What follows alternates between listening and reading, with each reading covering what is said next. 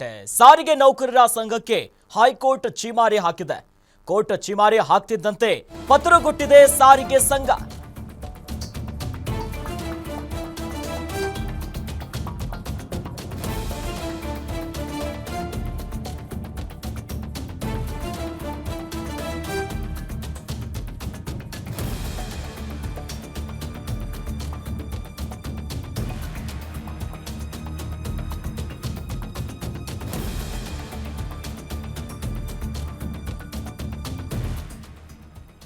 ಸಾರಿಗೆ ನೌಕರರ ಸಂಘಕ್ಕೆ ಹೈಕೋರ್ಟ್ ಛೀಮಾರಿ ಹಾಕಿದೆ. ಕೋರ್ಟ್ ಛೀಮಾರಿ ಹಾಕ್ತಿದ್ದಂತೆ ಪತ್ರಗೊಟ್ಟಿದೆ ಸಾರಿಗೆ ಸಂಘ. ಮುಷ್ಕರವನ್ನ ನಡೆಸದಂತೆ ಹೈಕೋರ್ಟ್ ಸೂಚನೆಯನ್ನ ಕೊಟ್ಟಿದೆ. ನಾಳೆ ಯಾವುದೇ ಕಾರಣಕ್ಕೂ ಕೂಡ ಮುಷ್ಕರವನ್ನ ನಡೆಸೋದಿಲ್ಲ. ನ್ಯಾಯಾಲಯಕ್ಕೆ ಸಾರಿಗೆ ಸಂಘದ ವಕೀಲರಿಂದ ಸ್ಪಷ್ಟನೆಯನ್ನ ಕೊಡಲಾಗಿದೆ. ಇನ್ನು ಕೋರ್ಟ್ನಲ್ಲೇ ಮುಷ್ಕರವನ್ನ ವಾಪಸ್ ಪಡೆದಿದ್ದಾರೆ ಸಾರಿಗೆ ನೌಕರರ ಸಂಘ. ಇವತ್ತು ಎಲ್ಲೆಡೆ ಬಸ್ಗಳ ಬಿಸಿ ಬಂದ್ ಮಾಡಿರುವಂತಹ ಬಿಸಿ ಮುಟ್ಟಿತ್ತು. ಅದರ ಬೆನ್ನಲ್ಲೇ ಹೈಕೋರ್ಟ್ ಈಗ ಛೀಮಾರಿಯನ್ನ ಹಾಕ್ತಿದೆ. ಸಾರಿಗೆ ನೌಕರರ ಸ್ಪಷ್ಟನೆಯ ಹಿನ್ನೆಲೆಯಲ್ಲಿ ಆಗಸ್ಟ್ 7ಕ್ಕೆ ಸದ್ಯ ವಿಚಾರಣೆಯನ್ನ ಮುಂದೂಡಲಾಗಿದೆ. ಕೋರ್ಟ್ ಆದೇಶವನ್ನ ಉಲ್ಲಂಘಿಸಿದ ನಿಮ್ಮನ್ನ ಬಂಧಿಸಬಹುದು ಅನ್ನೋದಾಗಿಯೂ ಕೂಡ ಕೋರ್ಟಿನ ಕಲಾಪ ಸಂದರ್ಭದಲ್ಲಿ ವಿಚಾರವನ್ನ ಪ್ರಸ್ತಾಪ ಮಾಡ್ತಾರೆ. ಸಾರಿಗೆ ಸಂಘದ ಪದಾಧಿಕಾರಿಗಳಿಗೆ ಚಾಟಿ ಬೀಸಿದ್ದಾರೆ ನ್ಯಾಯಮೂರ್ತಿಗಳು. ಹಾಗಾಗಿ ಹೈಕೋರ್ಟ್ ಛೀಮಾರಿಯನ್ನ ಹಾಕ್ತಿದ್ದಂತೆ ಪತ್ರಗೊಟ್ಟು ಹೋಗಿದ್ದಾರೆ.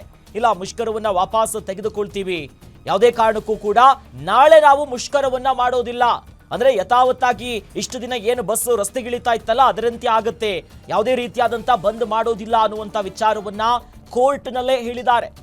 ಹಾಗಾಗಿ ಪ್ರಶ್ನೆ ಮಾಡ್ತಾರೆ, ಈ ರೀತಿಯಾಗಿ ಕೋರ್ಟ್ ನಿಯಮಾವಳಿಗಳನ್ನ ಏನು ಆದೇಶಗಳಿತ್ತು ಅದನ್ನ ಉಲ್ಲಂಘನೆ ಮಾಡಿರೋದಕ್ಕೆ ಬಂಧಿಸಬಹುದಲ್ವಾ ಅನ್ನೋದಾಗೂ ಕೂಡ ಕೋರ್ಟ್ ಅಲ್ಲಿ ಹೇಳಿರ್ತಾರೆ. ಹಾಗಾಗಿ ಸಾರಿಗೆ ಸಂಘದ ಪದಾಧಿಕಾರಿಗಳಿಗೆ ಚಾಟಿ ಬೀಸಿದ್ದಾರೆ ನ್ಯಾಯಮೂರ್ತಿಗಳು. ಪ್ರಶ್ನೆ ಮಾಡ್ತಾರೆ ಅವರು, ಯಾಕೆ ಹೀಗಾಯ್ತು, ಮೊದಲೇ ಡೈರೆಕ್ಷನ್ಸ್ ಕೊಟ್ಟಿತ್ತಲ್ಲ. ಈ ನಿಟ್ಟಿನಲ್ಲಿ ಆಗಸ್ಟ್ 7ಕ್ಕೆ ವಿಚಾರಣೆಯನ್ನ ಮುಂದೂಡಿಕೆ ಮಾಡಿದ್ದಾರೆ. ಹಾಗಾಗಿ ಕೋರ್ಟ್ನಲ್ಲೇ ಮುಷ್ಕರವನ್ನ ವಾಪಸ್ ಪಡೆದಿದ್ದಾರೆ ಸಾರಿಗೆ ನೌಕರರ ಸಂಘ. ಈ ನಿಟ್ಟಿನಲ್ಲಿ ಕೋರ್ಟ್ಗೆ ಸಾರಿಗೆ ಸಂಘದ ವಕೀಲರು ಕೂಡ ಸ್ಪಷ್ಟನೆಯನ್ನ ಕೊಟ್ಟಿದ್ದಾರೆ. ನಾಳೆ ಯಾವುದೇ ಕಾರಣಕ್ಕೂ ಕೂಡ ಮುಷ್ಕರವನ್ನ ನಾವು ನಡೆಸೋದಿಲ್ಲ ಅನ್ನೋದಾಗಿ ಒಂದು ಸ್ಪಷ್ಟನೆಯನ್ನ ಕೊಟ್ಟಿದ್ದಾರೆ. ಈ ನಿಟ್ಟಿನಲ್ಲಿ ಇದನ್ನ ಆಲಿಸಿದಂತ ಕೋರ್ಟ್ ಆಗಸ್ಟ್ 7ಕ್ಕೆ ವಿಚಾರಣೆಯನ್ನ ಮುಂದೂಡಿಕೆ ಮಾಡಿದ್ದಾರೆ. ಆ ನಿಟ್ಟಿನಲ್ಲಿ ಈಗ ಮುಂದೂಡಿಕೆ ಆಗಿದೆ. ಹೀಗಾಗಿ ಅಲ್ಲಿ ಮುಂದಿನ ದಿನದಲ್ಲಿ ಯಾವ ರೀತಿಯಾದಂಥ ಡೈರೆಕ್ಷನ್ಸ್ ಬರುತ್ತೆ. ಈಗ ಸ್ಪಷ್ಟವಾಗಿ ಹೇಳಿದ್ದಾರೆ, ಇವತ್ತು ಯಾವ ರೀತಿಯಾದಂಥ ಪ್ರಯಾಣಿಕರು ಪರದಾಟ ಪಡ್ತಿದ್ರು, ಯಾಕಂದ್ರೆ ಎಷ್ಟೋ ಜನರಿಗೆ ಗೊತ್ತಿರಲಿಲ್ಲ ಬಂದ್ ಇವತ್ತಿದೆಯಾ, ಯಾವ ರೀತಿಯಾಗಿ ಪರಿಣಾಮ ಬೀರುತ್ತೆ ಅಂತ. ರಾಜ್ಯದ ವಿವಿಧ ಭಾಗದಲ್ಲೂ ಕೂಡ ಜನ ಬಂದಿದ್ರು, ಪಾಪ ಬಸ್ ಸಿಗದೆ ಒದ್ದಾಡಿದ್ರು. ಖಾಸಗಿ ಬಸ್ಸಿನ ವ್ಯವಸ್ಥೆಯನ್ನ ಸರ್ಕಾರ ಮಾಡಿದ್ರೂ ಕೂಡ ದೊಡ್ಡ ಮಟ್ಟದ ಸಮಸ್ಯೆಗಳಾಯಿತು. ಜನ ಹೈರಾಣಾಗುವಂಥ ಪರಿಸ್ಥಿತಿಗಳು ಇವತ್ತು ನಿರ್ಮಾಣ ಆಗಿತ್ತು ಗೊತ್ತು. ಅದರ ಒಂದೇ ಒಂದು ದಿನ ಬಸ್ಸಿನ ಅವ್ಯವಸ್ಥೆಯಿಂದಾಗಿ ಯಾವ ರೀತಿ ಆಗುತ್ತೆ. ಜೊತೆಲಿ ಸಾರಿಗೆ ನೌಕರರಿಗೂ ಕೂಡ ಅವ್ರದ್ದೇ ಆದಂಥ ಬೇಡಿಕೆ ಇದೆ. ಅದು ಇಲ್ಲಪ್ಪ ಅದ್ರ ಬಗ್ಗೆ ಏನೂ ಇಲ್ಲ ಅನ್ನೋದು ಹೇಳೋಕ್ಕೂ ಆಗಲ್ಲ. ಅವ್ರದ್ದೇ ಆದಂಥ ಅನೇಕ ಸಮಸ್ಯೆಗಳಿದೆ. ವಿವಿಧ ಬೇಡಿಕೆಗಳನ್ನ ಮುಂದಿಟ್ಕೊಂಡು ಅವರು ಕೂಡ ಮುಷ್ಕರಕ್ಕೆ ಮುಂದಾಗಿರೋದು. ಯಾಕಂದ್ರೆ ಇವತ್ತು ನಿನ್ನೆಯ ಬೇಡಿಕೆಯಲ್ಲ, ಅನೇಕ ತಿಂಗಳಿಂದಲೂ ಕೂಡ ಅದೇ ವಿಚಾರವನ್ನ ಪ್ರಸ್ತಾಪ ಮಾಡ್ತಿದ್ದಾರೆ. ಒಟ್ಟಿನಲ್ಲಿ ಕೋರ್ಟ್ ಅಂಗಳದಲ್ಲಿ ಇವತ್ತು ಕೋರ್ಟ್ ಛೀಮಾರಿ ಹಾಕ್ತಿದ್ದಂತೆ ಸದ್ಯ ನಾಳೆಯಿಂದ ಮುಷ್ಕರ ಇಲ್ಲ ಅನ್ನುವಂಥ ಸ್ಪಷ್ಟನೆಯನ್ನ ಕೋರ್ಟ್ನಲ್ಲೇ ಕೊಟ್ಟಿದ್ದಾರೆ. ಹಾಗಾಗಿ ಸಾರಿಗೆ ಸಂಘದ ಪದಾಧಿಕಾರಿಗಳಿಗೆ ಚಾಟಿ ಬೀಸಿದ್ದಾರೆ ನ್ಯಾಯಮೂರ್ತಿಗಳು. ಯಾವಾಗ ನ್ಯಾಯಮೂರ್ತಿಗಳು ಇದೇ ವಿಚಾರವಾಗಿ ಅಂದ್ರೆ ಕೋರ್ಟ್ ಆದೇಶವನ್ನ ಉಲ್ಲಂಘಿಸಿದಂತ ನಿಮ್ಮನ್ನ ಅರೆಸ್ಟ್ ಮಾಡಬಹುದು, ಬಂಧಿಸಬಹುದು ಅನ್ನೋದಾಗಿ ನ್ಯಾಯಮೂರ್ತಿಗಳಲ್ಲಿ ಹೇಳ್ತಾರೆ, ವಿಚಾರವನ್ನ ಉಲ್ಲೇಖ ಮಾಡ್ತಾರೆ.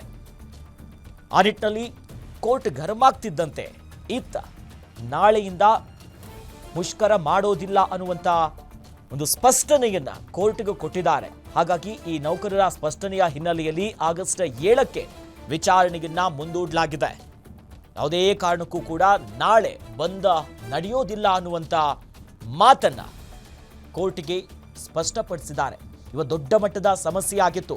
ಯಾವಾಗ ಸಾರಿಗೆ ನೌಕರರು ನಾವು ಪ್ರೊಟೆಸ್ಟ್ ಮಾಡ್ತೀವಿ, ಮುಷ್ಕರ ನಡೆಸ್ತೀವಿ, ಯಾವುದೇ ಕಾರಣಕ್ಕೂ ಬಸ್ಸನ್ನ ರಸ್ತೆಗೆ ಇಳಿಸಲ್ಲ ಅಂತ ಇದ್ದಂತೆ ಬೆಳಗ್ಗೆಯಿಂದಲೂ ಕೂಡ ಸಮಸ್ಯೆ ಮೇಲೆ ಸಮಸ್ಯೆ ಆಗಿತ್ತು. ಸಾವಿರಾರು ಜನ, ಲಕ್ಷಾಂತರ ಜನ ಪ್ರಯಾಣಿಕರು ದೈನಂದಿನ ಕೆಲಸಕ್ಕೆ ಹೋಗೋದಕ್ಕೆ, ಶಾಲಾ ಕಾಲೇಜಿಗೆ ಹೋಗೋದಕ್ಕೆ ಪ್ರತಿಯೊಬ್ಬರಿಗೂ ಕೂಡ ಸಮಸ್ಯೆ ಆಯಿತು. ರಾಜ್ಯದ ಮೂಲೆ ಮೂಲೆಯಲ್ಲೂ ಕೂಡ ಇವತ್ತು ಬಸ್ ಇಲ್ಲದೆ ಸಮಸ್ಯೆಗೆ ಒಳಗಾಗಿದ್ರು.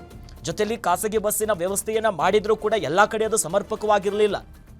ನಮ್ಮ ಲೈನಿಗೆ ಬಸ್ ಬರ್ತಾ ಇಲ್ಲ, ನಾವು ಹೆಂಗೆ ಹೋಗೋದು, ನಮಗೆ ಗೊತ್ತಿರಲಿಲ್ಲ ಈ ಥರ ಬಂದಿದೆ ಅಂತ ಅನ್ನೋದಾಗಿ ಅನೇಕ ಪ್ರಯಾಣಿಕರು, ವೃದ್ಧರೆಲ್ಲರೂ ಕೂಡ ತಮ್ಮ ಅಳಲನ್ನು ತೋಡ್ಕೊತಾ ಇದ್ರು.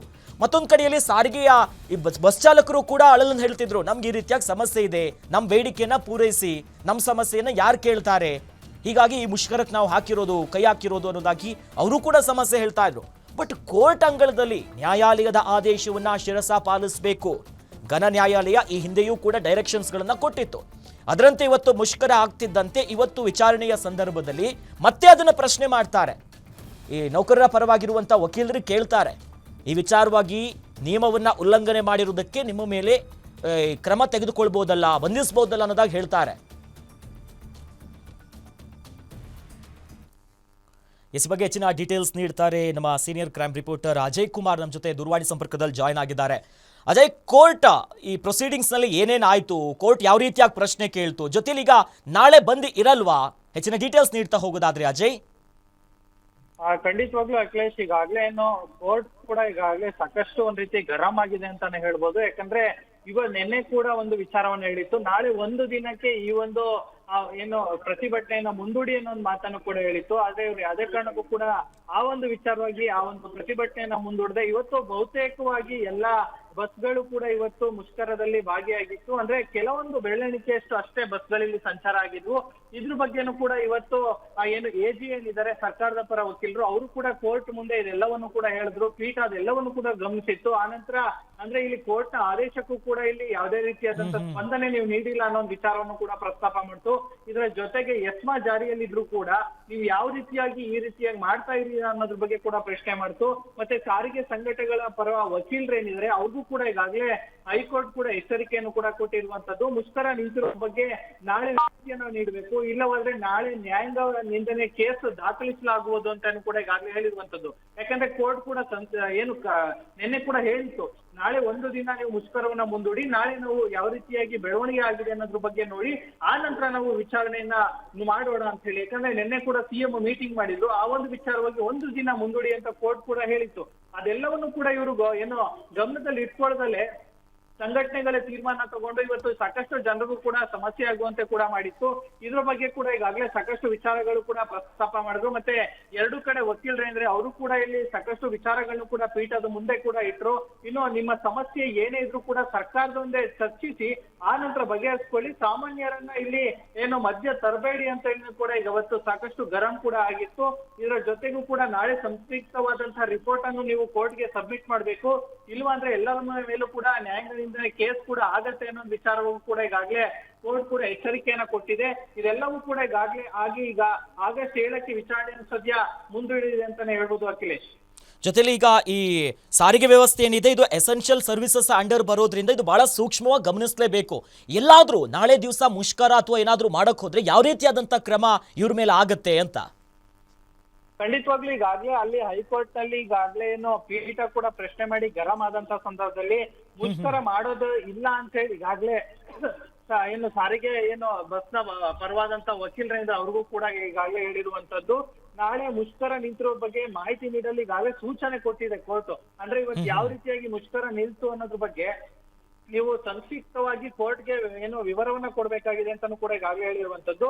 ಸೊ ಹೀಗಾಗಿ ಇವತ್ತು ಮುಷ್ಕರ ಮಾಡೋದಿಲ್ಲ ನಾಳಿನ ಅಂತ ಹೇಳಿ ಈಗಾಗಲೇ ಅವರ ಪರ ವಕೀಲರು ಕೂಡ ಹೇಳಿರುವಂತದ್ದು. ಯಾಕಂದ್ರೆ ಕೋರ್ಟ್ ನಿನ್ನೆ ಕ್ಲೀನ್ ಆಗಿ ಕೂಡ ಹೇಳಿತ್ತು, ಯಾವುದೇ ಕಾರಣಕ್ಕೂ ಕೂಡ ನಾಳೆ ಒಂದು ದಿನ ಮುಂದೂಡಿ ಅಂತ. ಆದ್ರೆ ಕೆಲವೊಂದು ಸಂಘಟನೆಗಳು ಇಲ್ಲಿ ಏನೋ ಎಚ್ಚುಕಟ್ಟಿ ಆ ನಂತರ ಇವತ್ತು ಕೂಡ ಕೆಲವೊಂದು ಬಸ್ಗಳು ಹೋಗದೇ ಇರೋ ರೀತಿಯಲ್ಲಿ ಕೂಡ ಮಾಡಿದ್ವು. ಸೊ ಹೀಗಾಗಿ ಅದೆಲ್ಲವನ್ನು ಕೂಡ ಈಗಾಗಲೇ ಕೋರ್ಟ್ ಅಂದ್ರೆ ಪೀಠ ಕೂಡ ಏನು ಸಂಪೂರ್ಣವಾದಂತಹ ಮಾಹಿತಿಯನ್ನು ಕೂಡ ಪಡ್ಕೊಂಡಿದೆ, ಅದ್ರ ಬಗ್ಗೆ ವಿವರಣೆ ಕೂಡ ಕೇಳಿದೆ, ಅದ್ರ ಬಗ್ಗೆ ಸಾಕಷ್ಟು ಮಾಹಿತಿ ಕೂಡ ಕಲೆ ಹಾಕಿರುವಂತದ್ದು. ಹೀಗಾಗಿ ನ್ಯಾಯಮೂರ್ತಿ ಆಗಿರುವಂತಹ ವಿಭು ಬಕ್ರಾ ಅವರ ಪೀಠ ಕೂಡ ಈಗಾಗಲೇ ಸಂಪೂರ್ಣವಾದಂತಹ ತರಾಟೆ ತೆಗೆದುಕೊಂಡಿರುವಂತದ್ದು. ಜನಸಾಮಾನ್ಯರಿಗೆ ಯಾವುದೇ ರೀತಿಯಾಗಿ ತೊಂದರೆ ಆಗ್ಬಾರ್ದು, ಇದು ಇನ್ ಮುಂದೆ ಮುಂದುವರಿಬಾರ್ದು ಅನ್ನೋ ಒಂದು ಎಚ್ಚರಿಕೆ ಕೂಡ ಈಗಾಗಲೇ ಸದ್ಯ ಕೊಟ್ಟಿರುವಂತದ್ದು. ಹೀಗಾಗಿ ಅವರ ವಕೀಲರು ಕೂಡ ಈಗಾಗಲೇ ನಾಳೆ ಯಾವುದೇ ಕಾರಣಕ್ಕೂ ಕೂಡ ನಾವು ಮುಷ್ಕರ ಮಾಡೋದಿಲ್ಲ ಅನ್ನೋ ಮಾತನ್ನು ಕೂಡ ಪೀಠದ ಮುಂದೆ ಸದ್ಯ ಹೇಳಿರುವಂತದ್ದು ಅಖಿಲೇಶ್. ಎಸ್, ಧನ್ಯವಾದಗಳು ಅಜಯ್ ತಮ್ಮೆಲ್ಲ ಮಾಹಿತಿಗೆ.